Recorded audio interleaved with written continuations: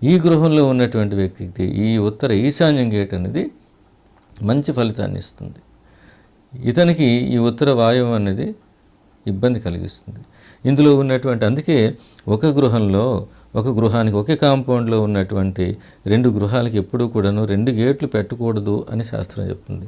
అది ఇటువంటి సందర్భంలో వాళ్ళ అన్నదమ్ములైనా వారు స్వార్జితంతో సంపాదించినదైనా సరే ఒక స్థలంలో ఇద్దరు సఖ్యతగా ఉండి పక్కపక్కనే కట్టుకుందాం అనుకునేటప్పుడు మాత్రం 2 గేట్లు ఎప్పుడూ కూడాను పెట్టకూడదు. దయచేసి 2 గేట్లు ఎప్పుడూ పెట్టకుండా మీరు కూడా ఈ గేటు మూసేసి ఈ ప్రధానంగా ఉండేటటువంటి ఈ గేటే కొంచెం పెద్దది పెట్టుకొని, అంటే ఇప్పుడు చిన్న గేట్ అయితే ఎవరింటికి వాళ్ళు ఎదురుగా చిన్న గేట్ పెట్టుకుంటారు. అప్పుడు ఏం చేయాలంటే కొంచెం ఒక 6 అడుగుల గేటు కానీ కొంచెం వెడల్పుగా పెట్టుకున్నట్టయితే వెహికల్స్ అన్నీ కొంచెం ఫ్రీగా వెళ్తాయి. అప్పుడు ఏమవుతుందంటే ఈయనకి మంచి జరుగుతుంది,